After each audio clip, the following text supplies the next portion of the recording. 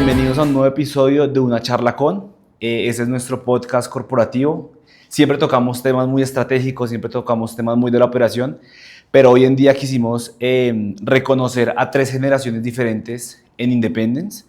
3 generaciones que tienen diferentes culturas, diferentes cargos y evidentemente pues diferentes edades aquí internamente en la empresa. El día de hoy nos acompaña Luis Esteban Rojas, él es nuestro experto de nuevas tecnologías, Carlos Moreno, nuestro coordinador administrativo, y Lubin Vega, nuestro gerente de relacionamiento y entorno. Gracias Esteban, Carlitos y Lubin por acompañarnos. La idea es que podamos tener una charla, una conversación muy tranquila, muy fluida, y pues darle la bienvenida a ustedes. ¿Cómo se sienten? ¿Cómo se encuentran el día de hoy? No, bien, gracias por la invitación.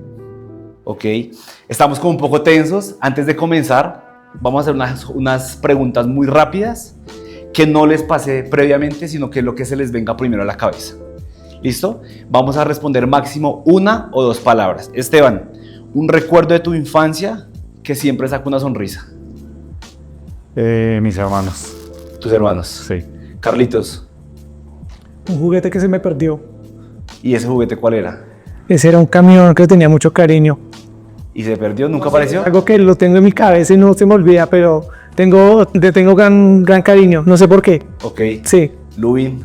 Bueno, sí, una bomba. Una vez que lo único que tuve de regalo de Navidad fue una bomba y eso generó, o sea, Lo dejó marcado. lo tengo en mi memoria profunda.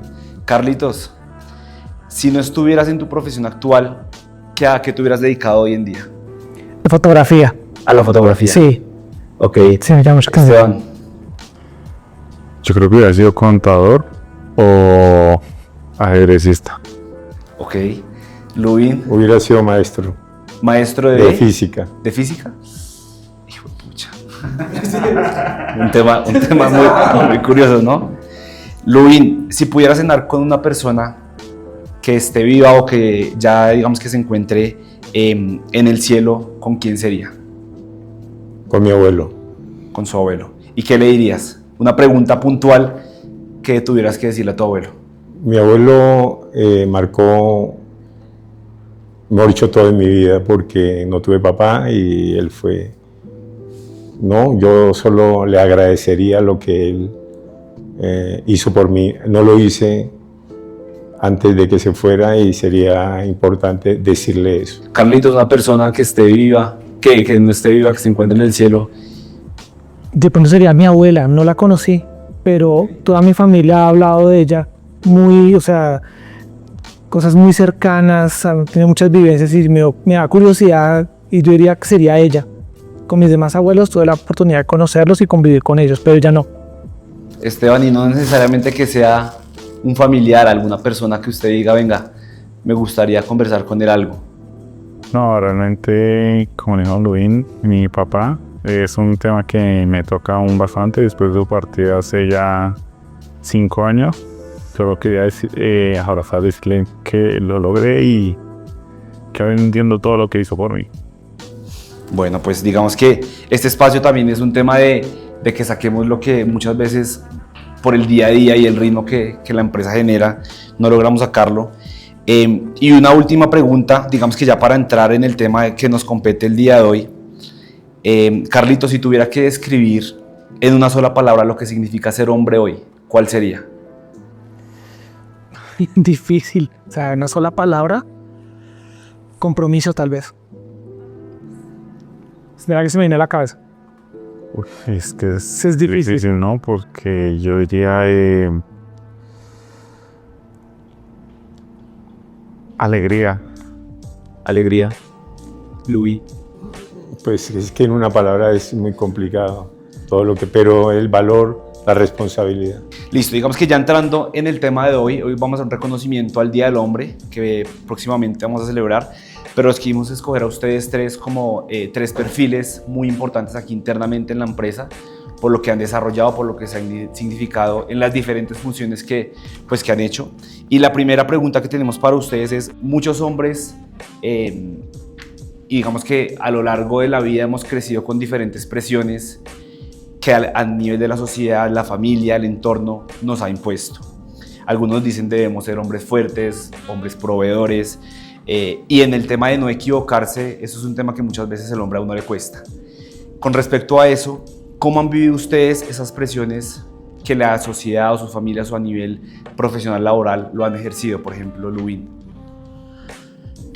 Esa presión en mí particularmente pues fue grande desde niño, desde muy niño, por pérdidas que tuve. Primero mi papá fallece en un accidente cuando yo tenía 2 años.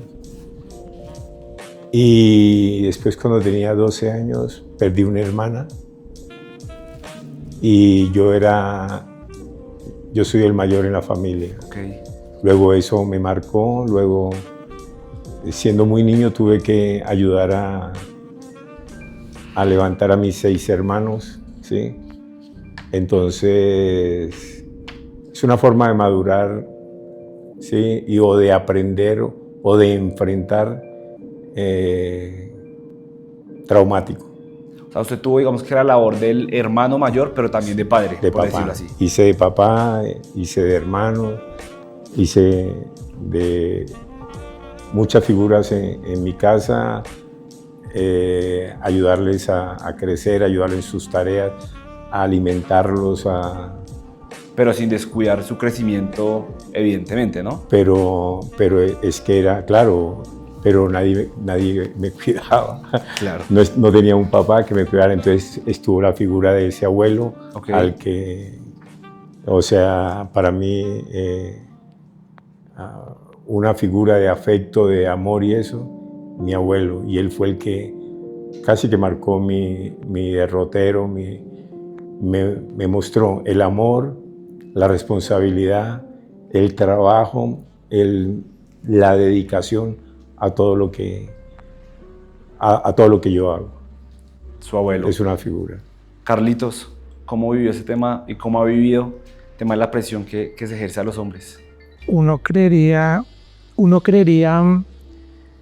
que las diferencias entre géneros, entre hombres y mujeres ya no existen, que todos básicamente jugamos un rol igualitario, pero tú lo mencionas, es la figura del hombre proveedor. El hombre proveedor abarca eso que aún, eso digamos que no, aún existe, y yo creo que don Lubin lo describe muy bien, porque uno se vuelve no solamente el soporte económico, sino el soporte emocional de la familia, que todos dependen de uno. Pero a veces uno dice, venga, exacto, yo estoy con ustedes, yo soy el hombre proveedor, yo soy el pilar, yo no lloro, pero a mí ¿quién me atiende emocionalmente? Digamos que durante estos últimos años se habla mucho del tema de salud mental y eso llama mucho la atención porque se piensa que el hombre como tal es un concepto muy tradicional y aún sigue vigente. Es que el hombre, vuelvo y lo repito, el hombre no llora, el hombre provee, pero muchas veces uno también necesita otro tipo de espacios, uno también tiene otro tipo de proyectos. El hombre proveedor es el que, o sea, básicamente compite dentro de la compañía, compite dentro del nivel académico y sale a tener ese rol de jugar entre la empresa, entre el hogar, pero se olvida mucho del proyecto personal. O sea, como hombre, yo sé qué quiere hacer, qué quiere dejar como marca en su vida, en la historia, en su familia, qué sé yo. Entonces también viene esa presión, viene muchísima presión. Pero yo considero, y no sé ustedes cómo lo ven, creo que eso ha cambiado hoy en día. Digamos que el tema de las mujeres ha entrado en una sociedad muy fuerte y como usted lo decía, no sé si ustedes me pueden, digamos que contraargumentar esto, el hecho de ya las mujeres están al mismo nivel que los hombres. Ya ese tema de la mujer ya no trabaja, eso ya se acabó, a mi modo de ver. Y creo que hoy en día las grandes empresas más lo demuestran de esta manera. Y como veíamos hace poco, para uno de hombre es fundamental una mujer que a uno al lado lo guíe, una persona que al lado lo guíe. No sé ustedes cómo lo ven. Esteban, yo creo que son generaciones, como lo acabas de decir. En el caso de don Lubin, yo bueno, que antes es lo que tú acabas de decir de las mujeres, pues no se veía tanto, ¿no? Entonces yo pienso que eso sí es algo muy importante que está pasando en el sentido de que las mujeres se está creciendo, que esa igualdad que en una brecha salarial o como se llama, que en muchos años existía, pues cada vez se está reduciendo. Va a seguir, digamos que yo pienso que el país está avanzando, total, pero pues aún falta y digamos que vamos como por buen camino. Pero hay algo que estaba escuchando con Luin y eso, y es una palabra que creo que todos los hombres siempre decimos, y es bien. La palabra de los hombres es bien. Si le pregunto a Luin desde 30 años, cuando tenía todas las situaciones, me va a decir bien. No iba a mostrar esa habilidad de pronto de que no tenía esa situación. A Carlitos también entiendo que es lo mismo. Yo fui criado con esa generación de igual, los hombres pues no pueden llorar o tienen que ser fuertes o algo así, y pues llegar a muchos en campo pasará lo mismo.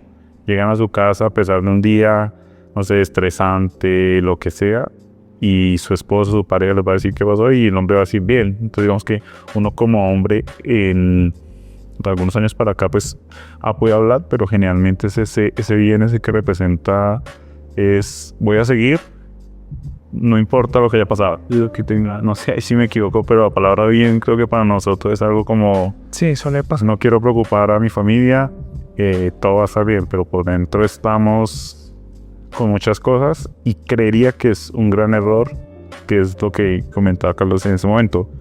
Cuando ya empezamos a hablar y nos damos cuenta que las mujeres nos pueden escuchar, nos pueden ayudar, nos pueden dar apoyo, uno como hombre podría avanzar y trascender. Ahí se encuentra el complemento que hablábamos, ¿no? Y hay un tema fundamental que ustedes ya ponen sobre la mesa, y es el trabajo. Evidentemente, pues llegó a la vida de ustedes. Don Luin, ¿cuánto tiempo lleva aquí en la empresa? Carlos y Esteban, ¿cuánto tiempo llevan aquí actualmente en la empresa, Luin? Yo llevo 40 años en la organización. Carlitos. 10 años. 4 años. Es que ahí vemos las diferencias de generaciones, y quiero que traigan aquí a colación cómo fue ese primer día de Don Luin en la empresa, y que nos cuente esas grandes diferencias que usted ve a lo que hoy en día es Independence. ¿Cómo fue ese primer día? No, esa es una historia. Esa es una historia. Bueno, yo conozco a la organización en La Guajira. Luego trabajaba en el Cerrejón, tenía una empresa de geólogos, y allá llegó Independence. O sea, Independence llegó donde yo estaba. Sí, ok. Entonces, allá desarrollamos un proyecto en el Cerrejón de agua subterránea, sí, donde nosotros, la empresa con la que yo trabajaba de geólogos, hizo la parte científica, Independence colocó los equipos. Okay. Ahí nos conocimos, ¿cierto? Y de ahí yo salí de allá, terminó el proyecto, salí de allá, descansé 20 días, llamé a don Miguel Saad, que es el fundador de esta organización, y le dije, don Miguel, ya descansé 20 días, ya puedo, porque él me había hablado ya, okay, de que si quería ser parte de esta organización, trabajando en ese proyecto. Okay. Y yo le dije, espere que terminemos, y hablamos, y terminamos, hablamos, y me dijo hace 40 años, véngase, mijo. Y desde ese véngase, mijo, hasta el día de hoy, sin un lapso de nada. O sea, desde ese día hasta el día de hoy trabajo en esta organización. ¿Amor a primera vista? Carlitos. Mi jefe en ese momento era Pilar Castillo. Estábamos saliendo precisamente de la crisis del 2015-2016, que tocó también durísimo a la compañía. Entonces hacía falta siempre personal. Entonces digamos que yo tuve un papel como de administrador supernumerario por un tiempo. Entonces yo iba a varias zonas, y algo muy característico que pasaba y va de la mano mucho con la celebración del Día del Hombre, y es algo muy particular que yo creo que en el sector pasa mucho. O sea, Pilar me decía, por favor ayúdeme porque no tengo más personal, necesitamos que esté en campo y yo prefiero que vaya un hombre. Okay. Y yo, ok, no hay problema. Digamos que a Pilar la entendí, pero yo, pues tan particular que me lo pide así. Entonces, bueno, prácticamente era también apoyar al área de abastecimiento. Era porque, claro, en las zonas donde se trabajaba, aún sigue ese modelo tradicional, patriarcal, y muchos proveedores no se relacionan con mujeres porque prefieren hacerlo con hombres directamente. O sea, no es un tema, o sea, claro, para uno en ciudades, para otro tipo de industria, para otro tipo de que hacer otra empresa que tenga otro core de negocio, eso sería algo muy machista. Pero no, o sea, digamos, nosotros trabajamos en zonas extrarrurales. La compañía trabaja en zonas donde esos modelos todavía siguen. Yo lo vi mencionar una región muy característica que es La Guajira. La Guajira se maneja así. Son los hombres quienes realizan los negocios, quienes manejan la mayoría o sea, son los dueños de todos los servicios, mayoría de servicios o tiendas o proveen allá en esas zonas. Entonces, precisamente uno, pues me pareció en particular, porque nosotros hacemos ese ejercicio con ellos, digamos que hoy en día ha cambiado mucho. Hoy en día ha cambiado mucho y pues no, o sea, normal, digamos, tenemos acá un grupo muy bueno en abastecimiento, son mujeres que van directamente a campo, del área social, pero se enfrentan mucho a eso. Ok. Y ahí les hago una pregunta antes de pasar con Esteban. ¿Por qué creen que eso ha cambiado? Porque antes, Lubin, que lleva tanto tiempo, por ejemplo, el tema ha sido una industria tan marcada por los hombres, pero hoy en día la mujer puede ingresar y sigue entrando a estas zonas que son tan difíciles muchas veces de llevar a cabo, ¿no? A nivel de abastecimiento, a nivel de operaciones, incluso a nivel de transporte y demás. ¿Ustedes por qué consideran que las mujeres hoy en día, en una industria que a lo largo de la historia ha sido liderada por hombres, hoy en día tienen voz y voto dentro de la operación? Creo que nosotros como empresa hemos ayudado a eso, ¿no? Y esta organización ha sido el fundamental pilar en oportunidades para las mujeres. Uh-huh. Yo me acuerdo, y algunas personas que nos acompañan actualmente, y pongo un ejemplo especial, Ana María Manco, que es una de nuestras gerentes de operaciones. Yo la conozco desde que ella empezó como ingeniera en entrenamiento, okay, ¿cierto? Y tuve el privilegio de acompañarla en su proceso. Aún hoy trabajamos de la mano, pero es de esa manera, para dar un ejemplo, porque son muchos, claro, en esta organización. Sí, mujeres que han sido pioneras, sí, que han ido al Putumayo, a Arauca, a Casanare. Las zonas más complicadas de Colombia. Todas las zonas más complejas en temas de seguridad y otros temas. Pero esta organización ha sido pilar en eso y fundamental, dándole la oportunidad a las mujeres.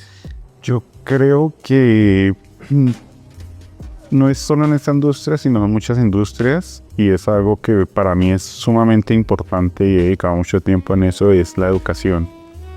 Antes los que estudiaban eran los hombres. Lo digo en mi carrera, en la ingeniería de sistemas está muy estudiada por hombres, pero las mujeres han empezado a fluir. Entonces me gusta de que ahora no sea por dedocracia, sino por meritocracia las cosas. Hay mujeres que son sumamente pilas en temas de procesos, o súper organizadas, son muchas cosas.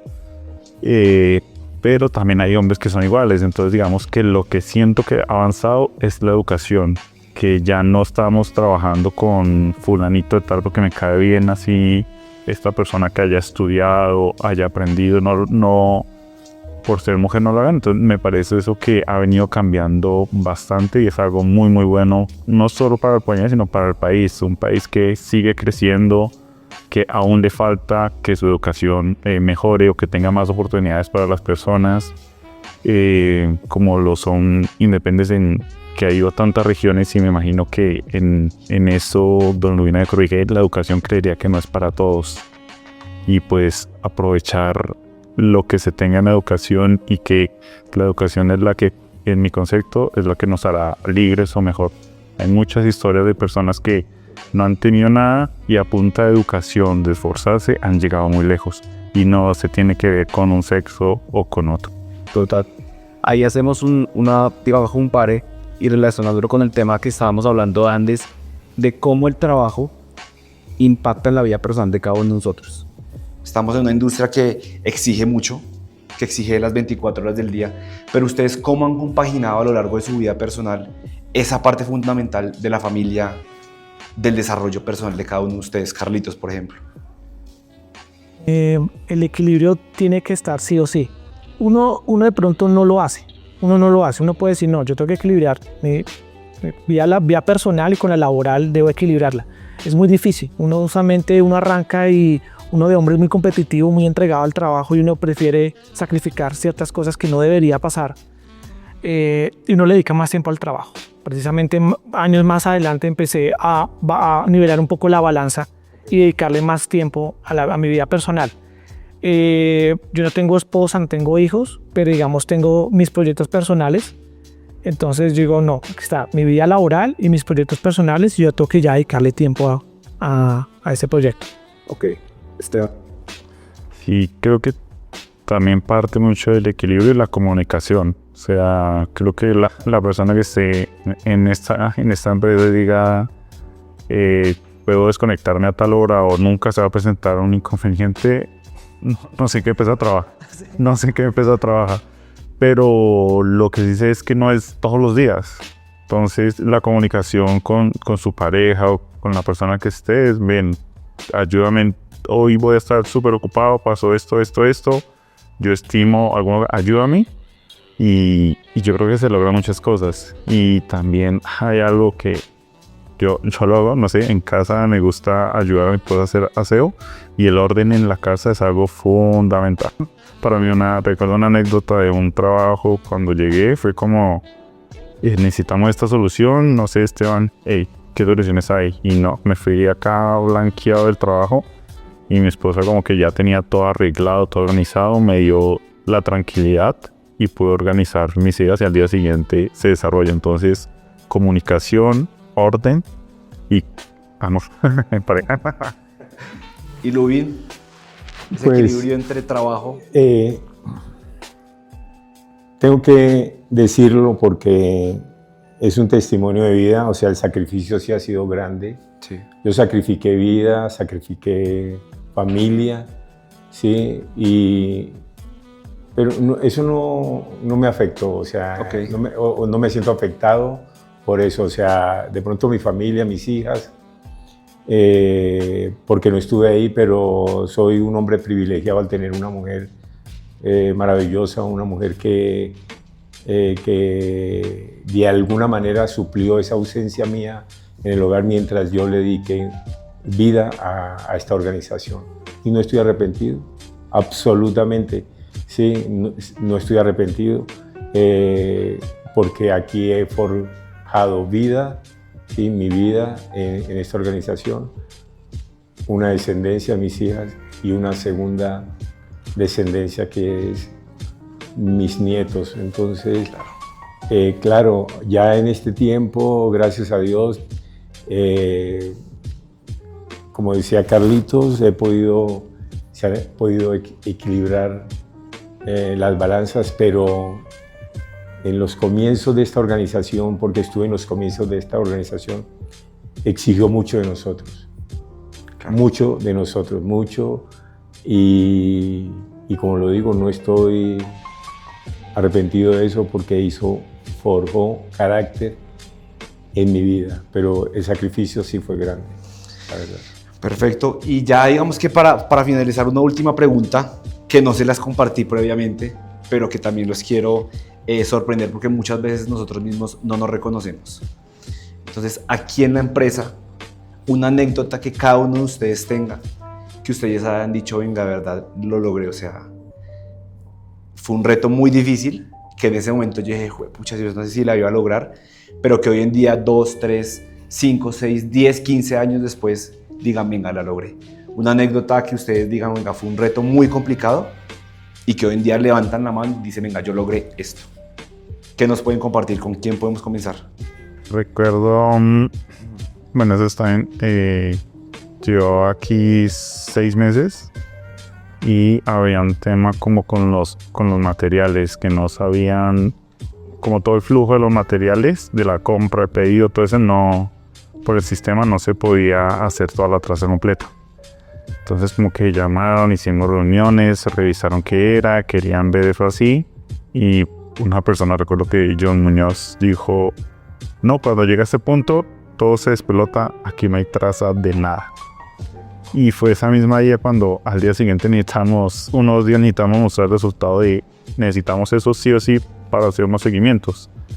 Y fue cuando fui a casa, todo organicé y les dije, mire, no se puede. Pero esto no es un impedimento para que esto se logre. Con este tablero de Power BI lo que podemos hacer es, aquí está lo que se pidió, aquí está lo que está en compra, aquí está lo que está en inventario, aquí está lo que se está moviendo, aquí está lo próximo que va a llegar. Si usted necesita algún material, consúltelo de esta manera y le va a mostrar en dónde están a nivel de cantidades. No te puedo decir tu pedido cuál es, pero te puedo decir qué cantidades hay. Y eso te va a ayudar a ti a hablar con inventarios, con almacén, a que se muevan los procesos. Digamos que no solucioné el problema como lo querían, pero solucionó. Bueno, acá un reto grande, eso fue algo muy circunstancial. Una vez, pues ya para 2022 hubo un momento grande dentro de la compañía, o sea, todos estaban reacomodando. Pero un movimiento totalmente en qué. Un momento organizacional. Ya. En un momento ya todo se me ha que reacomodar. Digamos, muchos directores asumieron 2 cargos, precisamente por la crisis de 2015-16. Uno de los últimos directores o gerentes en tomar volver a su sitio natural era mi jefe Pilar Castillo. Y ya empezó a soltarme más cosas. Yo ya me entendía directamente con el gerente financiero, pues, teniéndolo como director financiero. En ese momento era Jorge Arbeláez. Yo teníamos unos proyectos para realizarlo, ya estaba trabajando con él. Y él sale de la organización y viene después Mauricio Suárez. Y yo dije, no, aquí ya no. Me toca volver otra vez desde cero. Y Mauricio fue un volador, o sea, con él, una vaina impresionante, un poco acelerado, pero con él hicieron muchas cosas. O sea, yo con Mauricio tuvimos algunos, discutimos un poco, teníamos diferencias, pero yo a Mauricio le aprendí muchas cosas y él dijo, no, hágalo, si lo tiene, hágalo, llévelo, me echó camine que lo que toca hacer y sáquelo así. No, pero miremos opciones, o lo saca ya o lo saca ya. Y se empezaron a mencionar algunas mejoras precisamente con el tema de viajes. Se cambió un formato viejo, lo hacemos con Outlook, ya pasar a plataformas. Ya ahí empezamos todos a llevar procesos a plataformas. Nosotros también estuvimos enganchados ahí y lo hicimos con Rep. Sobre todo por la premura de pero bueno, fue un empujón que me dio acá. Muy bueno. Y luego cambiar a otros proyectos, también sale la validación y viene ahora Andrés también a hacer. Entonces, y dije, oye, pero a tu no va a ser más proyectos, todos se mueven, pero bueno. Yo quise hacer una mención, si me lo permite, se puede quedar dentro del empleo, y es alguien que aquí admiramos mucho y yo tengo una gran estima, era Juan Mendoza. Un proyecto que es ahora que me cuesta trabajo entenderlo, es el ScanHub y don Juan me pareció algo muy característico de él, era la comunicación que tenía a pesar de la brecha generacional con los practicantes. La comunicación era impresionante y él sacó ese proyecto adelante. Imagínense lo que hoy en día en ese proyecto. O sea, puede haber sido una unidad de negocio, puede haber sido algo para mantenimiento, tener lo que yo entiendo del proyecto y hubiera quedado ahí, no más. Pero lo que hizo Juan fue una cosa impresionante. Entonces, digamos, la tica de lo primera. Pues muy válida la mención de La mención honorífica a Juan Mendoza. Ok. Sí. Y don Luis, ese reto. No, yo, imagínese, en 40 años todos los retos que pueden... No, yo me imagino, pero uno que usted diga.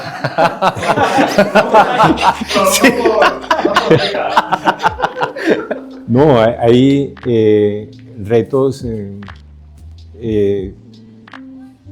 las oportunidades de abrir frentes de trabajo.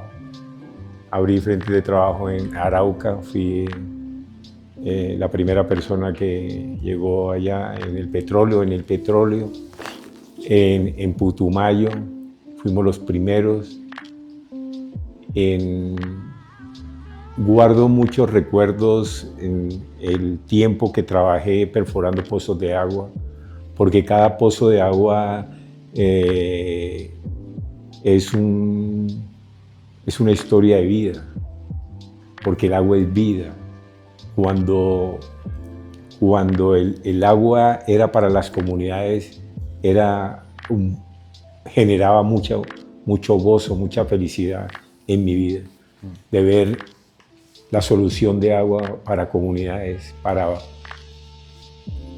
municipios en este país, muchos municipios. Perforamos, aún lo continuamos haciendo.